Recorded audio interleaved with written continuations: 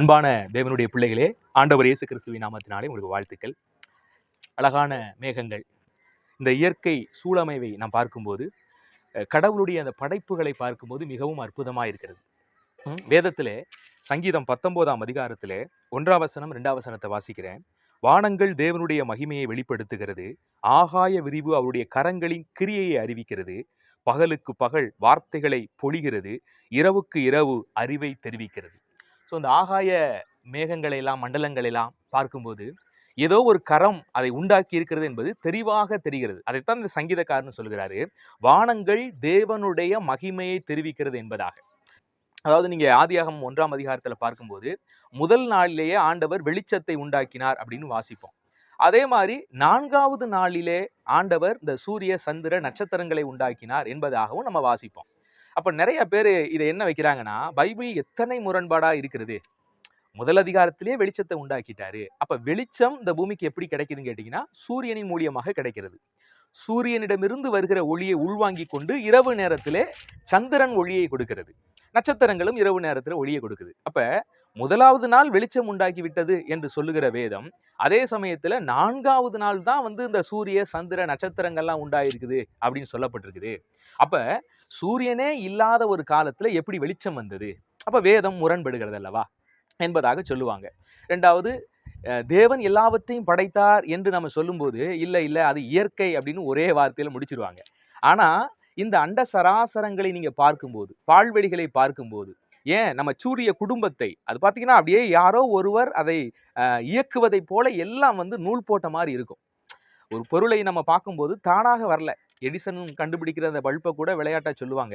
எடிசன்கிட்ட ஒரு நாத்திகர் கேட்டப்ப, எப்படியா இந்த பல்பு உருவானுச்சு, எப்படி கண்டுபிடிச்சிங்க அப்படின்னு கேட்கும்போது அவர் சொன்னாராம், இல்லை நான் வீட்டை விட்டு வெளியே போயிருந்தேன், திரும்ப வீட்டுக்கு உள்ள பார்க்கும்போது திடீர்னு பல்பு உட்காந்துருந்துச்சு, எரிஞ்சிச்சு அப்படின்னு வேடிக்கையா சொல்லுவாங்க. எப்படி பல்பு தன்னால உருவாகி எரியாதோ அதே போல இந்த அண்ட சராச்சரத்தையும் உருவாக்கின ஒரு கர்த்தர் இருக்கிறார். அவரால் தான் இதெல்லாம் உருவாக்கப்பட்டது, தானாக எதுவும் உருவாகவில்லை என்பதற்காக அந்த ஒரு விஷயத்தை சொல்லுவாங்க. அதுபோல இந்த தேவன் படைத்த ஆகாய விரிவை நாம் பார்க்கும் போதே ஏதோ ஒரு கரம், ஒரு வல்லமை இதை உருவாக்கியது என்று நம்மால் கண்டுகொள்ள முடியும். ஆனா பலர் பார்த்தீங்கன்னா இதை ஏற்றுக்கொள்கிறது இல்லை. ஆனா உற்று நோக்குங்க, அறிவியல் என்கிற ஒரு விஷயத்தை என்ன அப்படிங்கிறத நீங்க புரிஞ்சுக்கணும். அறிவியல் எப்பவுமே வளர்ந்து கொண்டே போகிறது தான். இன்னைக்கு ஒரு தியரியை சொல்லும், நாளைக்கு அதை மாற்றி சொல்லும். இன்னைக்கு இதுதான் அப்படின்னு சொல்லும், நாளைக்கு அது இல்லை அதுதான் அப்படின்னு சொல்லும். இதுதான் ஏன்னா கண்டுபிடிப்புகள். தொலைதூர சில விஷயங்களை பார்த்தீங்கன்னா அது துல்லியமாக சொல்ல முடியாது. நம்ம அறிவியலை எல்லாமே நம்ம பொய்ன்னு சொல்லலை, அநேக அற்புதமான கண்டுபிடிப்புகளும் இருக்குது. கண்டுபிடிப்புனா என்ன விஷயம்? ஏற்கனவே கடவுள் உண்டாக்கி இந்த பூமியிலே வைத்த சில மறைமுகமான விஷயங்களை மனித அறிவு கொண்டு தேடி கண்டுபிடிப்பது தான் அறிவியல். ஒன்றும் இல்லாத ஒன்றை அவர்கள் கண்டுபிடிக்கல, கடவுள் தான் இல்லாமையிலிருந்து எல்லாவற்றையும் உண்டாக்கினார் என்று சொல்லுகிறது. ஆனா அறிவியலை பொறுத்த வரைக்கும் இல்லாத ஒன்றை அவர்களால் கண்டுபிடிக்கவும் முடியாது. ஏற்கனவே இறைவன் படைத்து வைத்த விஷயத்தை அவர்கள் ஆராய்ந்து என்ன செய்யறாங்க, போய் கண்டுபிடிக்கிறாங்க. இது மனிதனுடைய அறிவு, இந்த அறிவு பூரணம் கிடையாது. அப்படிங்கிறனால நிறைய விஷயங்கள் உண்மைக்கு புறம்பானதாகவும் அறிவியல்ல இருக்கிறது. உதாரணத்துக்கு நீங்க எடுத்துக்கிட்டீங்கன்னா இந்த பிக் பேங் தியரி அப்படின்னு சொல்லுவாங்க, பெருவெடிப்பு கொள்கை. இந்த பெருவெடிப்பு கொள்கை எப்போது உறுதிப்படுத்தப்படுதுன்னு பார்த்தீங்கன்னா 1965. அதற்கு முன்பாக வரைக்கும் பார்த்தீங்கன்னா அரிஸ்டாட்டில், ஆல்பர்ட் ஐன்ஸ்டீன் போன்றவங்க பார்த்தீங்கன்னா இந்த பூமி நிலையானது, அதுக்கு துவக்கம் என்கிறதெல்லாம் ஒன்று கிடையாது, எப்போதுமே பூமி இருக்குதுங்க அப்படின்னு தான் 1965 வரைக்குமே சொல்லிட்டு இருந்தாங்க. அதுக்கப்புறம் தான் பூமி ஒரு புள்ளியிலிருந்து துவங்கியது என்று ஒரு விஞ்ஞானி கண்டுபிடிக்கிறார். எட்வின் ஹப்பிள் என்கிற ஒரு விஞ்ஞானி தான் பூமி விரிவடைந்து கொண்டே இருக்கிறது என்பதை கண்டுபிடிக்கிறார். அதுக்கப்புறம் அதை ஆராய்ச்சி செஞ்சு, ஆமா ஒரு புள்ளியிலிருந்து பூமி விரிவடைந்து கொண்டே இருக்கிறது அப்படின்னா பெருவெடிப்பு கொள்கையை பொறுத்த வரைக்கும் பூமிக்கு ஒரு தோற்றம் உண்டு, அது எப்போதுமே இருக்கிறது இல்லை, நிலையானதல்ல, அது ஒரு நாளில் சிருஷ்டிக்கப்பட்டது என்பதை இந்த பெருவெடிப்பு கொள்கையை ஒத்துக்கொள்கிறது. பெருவெடிப்பு கொள்கையை பொறுத்த வரைக்கும் நீங்க ஒப்பிட்டு பார்த்தீங்கன்னா ஆதியாகமம் 1ஆம் அதிகாரத்தில் சொல்லப்பட்ட அத்தனைக்கும் அப்படியே அழகா ஒன்றே ஒரு ஒற்றிசைவாக இருக்கும். ஒன்றும் வேற்றுமையான கருத்துக்கள் ரெண்டுக்கு இருக்காது, ரெண்டுமே ஒரே கருத்துவை சொல்வதை போல இருக்கும். இப்ப நல்லா கவனிச்சீங்கன்னா ஆதியாகம புத்தகத்திலே முதலாவது ஆண்டவர் வெளிச்சத்தை படைச்சிட்டார் அப்படின்னு இருக்குது, 4வது நாள் தான் சூரிய சந்திர நட்சத்திரங்களை படைத்தார் அப்படின்னு இருக்குது. பெருவெடிப்பு கொள்கை அப்படியே ஒப்புக்கொள்கிறது. வெளிச்சம் ஏற்கனவே இருந்தது, அதுக்கப்புறம் இந்த வாயுக்கள் எல்லாம் ஒன்று சேர்ந்து தான் சூரிய சந்திர நட்சத்திரங்கள்லாம் கொஞ்சம் கொஞ்சமாக பல வருஷங்கள் ஆன பிறகு தான் இதெல்லாம் உண்டானுச்சு அப்படிங்கிறது பெருவெடிப்பு கொள்கையை ஒத்துக்கொள்கிறது.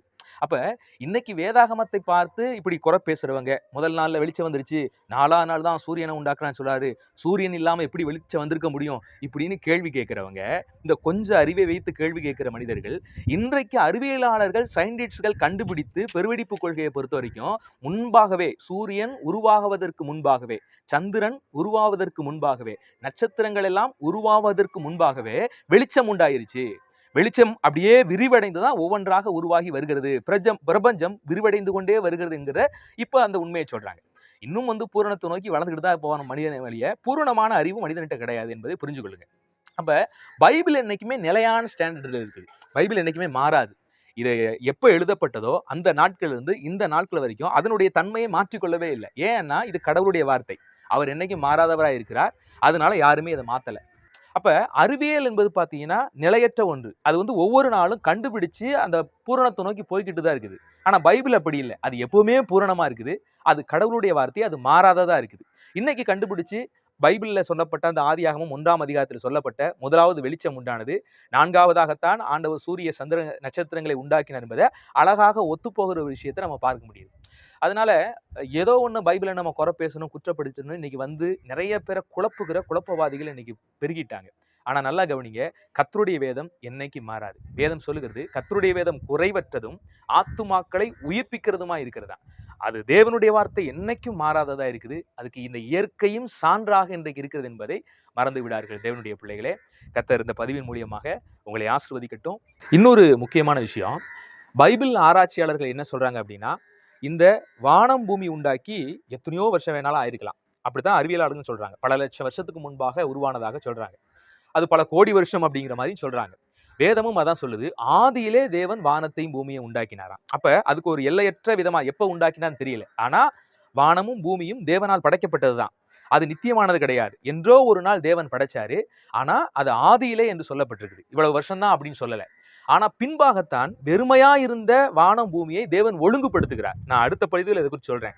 ஆண்டவர் எப்படி ஒரு பசுல்சை போல ஏற்கனவே உருவாக்கின ஒரு விஷயத்தை ஒட்டுகிறார். அதுதான் நம்ம ஆதியாகமம் 1ஆம் அதிகாரத்தில் நம்ம பார்க்கணும் அப்படிங்கிறத நான் அடுத்த பதிவில் நான் சொல்ல வர்றேன். எப்படின்னா ஏற்கனவே வெட்டாந்தரை இருந்ததாகவும் ஆண்டவர் கடலுக்கு கீழே வெட்டாந்தரை இருக்க தான் செய்யும்.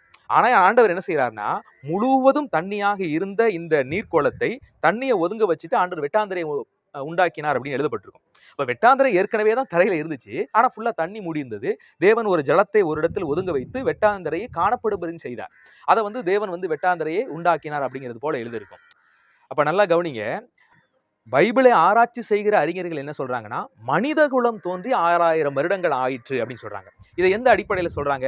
அவங்களுடைய ஏஜின் அடிப்படையில. ஏன்னா அவங்க எத்தனை வருஷங்கள்லாம் வாழ்ந்தாங்கன்னு, யார் யாரை பெற்றா, இந்த முறைமைகள் எல்லாம் வச்சு ஓரளவுக்கு இவர்கள் ஆராய்ந்து சில விஷயங்களை கண்டுபிடிக்கிறாங்க. நான் எப்பவுமே தான் சொல்லுவேன், பைபிள்ல சில குறிப்புகள் இருக்குது. அதை ஆராய்ச்சி பண்றவங்க ஒருவேளை சரியாவும் ஆராய்ச்சி பண்ண முடியும், தவறாவும் ஆராய்ச்சி பண்ண முடியும். ஏன்னா ஆராய்ச்சிங்கிறது அதுதான். அது வெளியே ஆராய்ச்சி பண்ணாலும் சரி, பைபிளை சார்ந்து ஆராய்ச்சி பண்ணாலும் சரி, ஓரளவுக்கு உண்மைக்கு பக்கம் வரலாமே ஒழிய சில விஷயங்கள் உண்மைக்கு மாறாகவும் போகலாம். இவங்க இந்த 6000 வருடம், அதாவது ஆதாம் ஏவாள் படைக்கப்பட்டதிலிருந்து 6000 வருடம் சொல்றாங்க பாத்தீங்களா. இயேசு கிறிஸ்து வரைக்கும் 4000 வருஷம். இப்ப நம்ம 2000 வருஷம் கடந்து வந்திருக்கிறோம். ஒரு 6000 வருஷம் தோராயமாக அவங்களுடைய ஏஜை வச்சு கணிக்கிறாங்களே ஒழிய உண்மை தகவல் இது என்ன நமக்கு தெரியாது. ஒருவேளை இன்னும் சில ஆயிரங்கள் வருஷங்கள் போயிருக்கலாம். இவங்க ஆராய்ச்சி அதை என்ன பண்றாங்க, கிளைம் பண்றாங்க. அப்ப பைபிள் என்னைக்குமே 6000 வருஷம் தான் ஆச்சு அப்படின்னு பைபிள் எங்கேயுமே சொல்லல. பைபிள் சொல்லப்பட்டது என்ன? இந்த அண்ட சராசரமும் இறைவனால் படைக்கப்பட்டது. மனிதனும் இறைவனால் படைக்கப்பட்டவன். அவன் எப்படி படைக்கப்பட்டான்? தேவசாயலாக படைக்கப்பட்டான். அது ஒரு நோக்கத்திற்காக, திட்டத்திற்காக தேவன் படைத்தார். ஆனா வேதத்துல நிறைய ஆராய்ச்சி விஷயங்கள் இருக்கிறது. ஆனா பைபிள் முழுக்கவுமே ஆராய்ச்சி புத்தகம் அல்ல. அது ஒரு அறிவியல் புத்தகம் அல்ல. அது ஒரு பக்தி சார்ந்த புத்தகம். கடவுளுடைய வார்த்தை. அது கடவுள் இதெல்லாம் எப்படி செஞ்சாரு, எப்படி மனிதனை படைச்சாருன்னு நம்ம தெரிஞ்சிருக்காண்டி சுருக்கமாக, ரத்தின சுருக்கமாக சில விஷயங்கள் பரிசுத்த வேதாகமத்திலே கொடுக்கப்பட்டிருக்கு. அதற்கு மாறாக மனிதனை தேவன் இந்த உலகத்துல எப்படி படைச்சாரு, அவன் எப்படி பாவம் செஞ்சு போனா, அதற்கு தேவன் எப்படி மீட்பின் திட்டத்தை உருவாக்கி இயேசு கிறிஸ்து மூலியமாக முழு மனுக்குலமும் ரட்சிப்புக்குள்ள பிதாவோடு கூட ஒப்புரவாக்கினார். இன்னைக்கு நம்ம மீட்கப்பட்ட பிள்ளைகள் எப்படி வாழணும், இதுக்கப்புறம் நமக்கு வச்சிருக்கிற அந்த ஆசீர்வாதங்கள், நித்திய ஆசீர்வாதங்கள் என்னென்ன என்பதை குறித்து வேதாகமம் பேசுகிறது. இப்ப வேதாகமத்தை எப்படி பார்க்கணுங்கிற ஒரு பார்வை இல்லாம இன்னைக்கு அநேகர் வேறு விதமாக பார்த்துதான் குற்றம் குறை அப்படின்லாம் சொல்லிட்டு வராங்க. வாசிக்கிற நீங்க வேதாகமத்தை பார்க்கிற அந்த சிந்தனையை மாற்றிக்கொள்ளுங்க. கர்த்தர் உங்களை ஆஸ்வதிக்கட்டும். வேறு ஏதாவது வேதத்தை சார்ந்து உங்களுக்கு கேள்விகள் இருந்துச்சுன்னா தயவு செய்து கமெண்ட்ல பதிவிடுங்க. கண்ணியமாக பதிவிடுங்க. தேவையில்லாம அதாவது ஒரு விஷயம் உங்களுக்கு தெரியலைன்னா அதை சார்ந்தவங்க கிட்ட நான் அடிக்கடி சொல்றது அதுதான். ஒரு கணிதம் தெரியலைன்னா கணித ஆசிரியர்கிட்ட போய் கற்றுக்கொள்வோம். ஒரு ஆங்கிலம் தெரியலைன்னா ஆங்கிலம் கற்றுக்கொண்ட நபர்கள்ட்ட போய் கற்றுக்குருவோம். அதே மாதிரி பைபிளையும் எங்களை போன்ற போதகரிடத்துல வந்து கற்றுக்கொள்ளுங்க. நீங்களாக பைபிளை வாசிச்சுட்டு இஷ்டத்துக்கு ஒரு விளக்கத்தை என்ன செய்யக்கூடாது, சொல்லக்கூடாது. சரிங்களா? இஷ்டத்துக்கு நம்ம விளக்கம் சொல்றது வந்து ஒரு தவறான ஒரு முறை. அதற்கென்று கற்றுக்கொண்டு அதில் இருக்கிறவங்க உங்க சந்தேகங்களை நியாயமான முறையிலே கேட்டு நீங்க தெரிந்து கொண்டு பக்தி விருத்தி அடையலாம். சரி, கர்த்தர் உங்களை ஆசீர்வதிக்கட்டும். God bless you.